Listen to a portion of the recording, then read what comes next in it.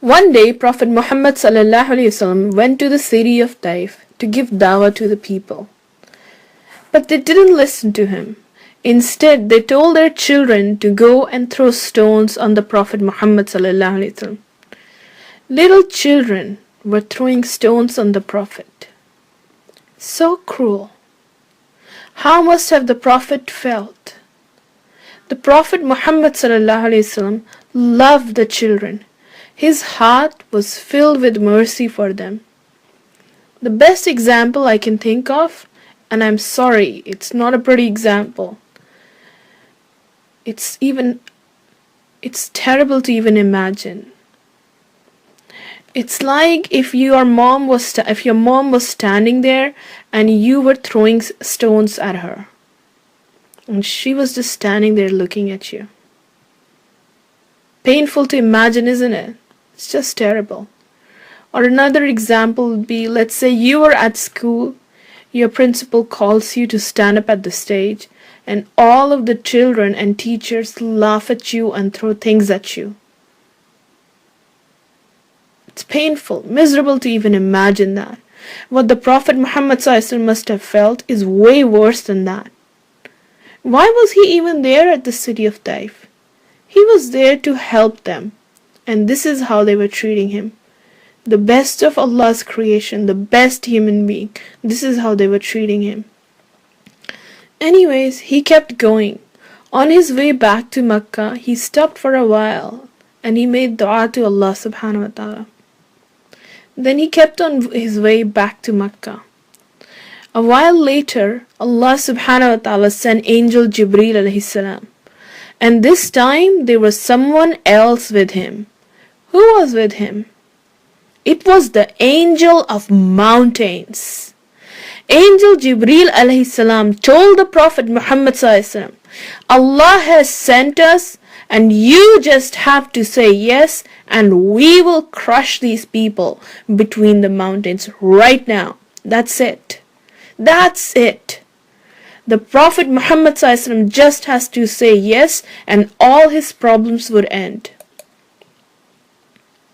The people who have been bullying him for years, torturing the Muslims, hurting them, stopping the Prophet Muhammad ﷺ, will finally be defeated and be gone.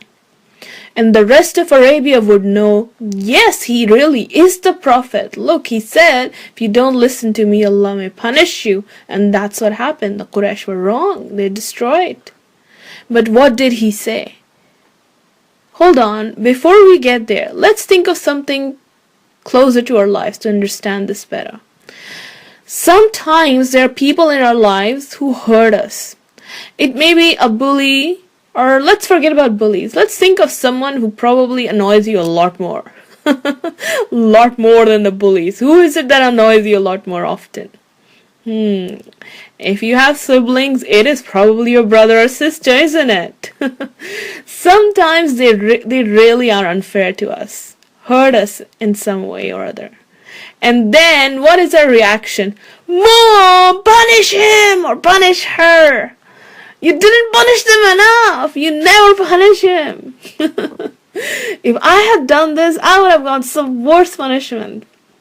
Even when, mom and dad say something to them, you'd feel like, this is still not fair punishment. Now let's see, what did the Prophet Muhammad ﷺ say about his enemies when Allah subhanahu wa ta'ala sent angels to punish them? People who had been hurting him and had been so unfair to him for so many years.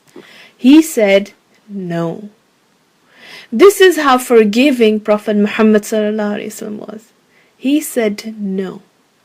Even when Allah is saying, even when Allah sent angels to punish his enemies, he said no. Were there other prophets who said yes? Yep. Prophet Nuh alayhi salam, in fact, Prophet Nuh alayhi salam asked Allah for punishment for his people. He made dua against his people. That's why the flood had come. And there are many other prophets like that. The Prophet Muhammad ﷺ, on the other hand, he said no. He is the mercy of Allah to mankind. And Allah subhanahu wa ta'ala has chosen you to be part of the ummah of Prophet Muhammad sallallahu alaihi wasallam. You are from his followers. So tell me, can we at least try to forgive our brothers and sisters, our family?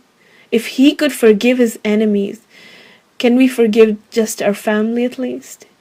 Even when they are unfair to us, even when they hurt us, even when they don't feel sorry or ask you for forgiveness. Or are we like, Mom, punish him? Allah offered to punish them, and the Prophet Muhammad said, no. In our example, it would be like mom is saying, I will punish him, and you say, no, Mom, I forgive him. That would make you closer to the Prophet Muhammad more like him. The Prophet Muhammad didn't ask for punishment even for his enemies. So how can we ask for punishment for our brothers and sisters, our own family? And if we can't even forgive our family, how are we going to forgive people outside? At the Battle of Uhud, the Quraysh were attacking the Prophet Muhammad sallallahu alaihi wasallam. At one point, they had cornered him, almost killed him. They broke his tooth, his head and face were injured, he was bleeding. But he was making dua at that time. What dua was he making?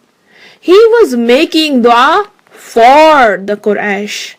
He was making dua to Allah, asking Allah, oh Allah, forgive them, they are my brothers. Amazing. He remembered he was from them. He came from the Quraysh. Even at this time, when they're trying to kill him, he is making dua for them. Instead of asking Allah for punishment for them, he is asking Allah for forgiveness for them. So of course, your brother and sister can never be that mean to you as the Quraysh were to the Prophet Muhammad sallallahu alaihi wasallam.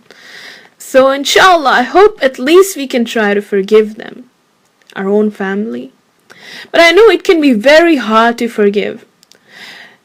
But remember this, and inshallah, it will make it much easier for you to forgive them. You don't forgive them because you love them. No! Don't forgive them because you love them. Forgive them because you love Allah. You forgive them because you love Allah subhanahu wa ta'ala. And I'm sure there are going to be times that you will do something wrong or forget to ask Allah for forgiveness. So remember that. Wouldn't you want Allah to forgive you for the mistakes that you didn't even ask Him for forgiveness? Yeah, of course. When your brother or sister do something mean to you, forgive them. And remember, oh Allah, I forgive him or her because I love you, Allah. Not because I love him or her, because I love you. And because I want you to forgive me when I do something wrong. And I forget to ask you for forgiveness. So forgive them, even when they don't ask you for forgiveness. Even when they don't feel sorry. Even when they don't deserve it. Forgive them because you love Allah. Not because of them, because of Allah. You know, when somebody is mean to us and we get angry, how does that anger make us feel? Does anger make us feel happy? No. Does holding a grudge make us feel happy? No. Anger is a miserable feeling. Let's say someone took something from you or said something mean to you. You are so mad at them. But then you go home, they go home. You are so mad, you're feeling miserable, doing all kind of mean things and getting, all, snappy and angry because of something miserable happened to you. You're miserable, making others miserable. But you know what? You could be happy too. It's easy. All you gotta do is forgive them. Forgive them because you want to be happy. Not because of them, but because you want to be happy. You don't want to hold a grudge and be miserable. And remember, you are not forgiving them because they're asking for it or they deserve it. And definitely not because of them, but because of Allah subhanahu wa ta'ala. You forgive them because you love Allah. You forgive them because you want Allah to forgive you for your mistakes. And you forgive them because you want to be happy. And inshallah, it will be easy for us to forgive them.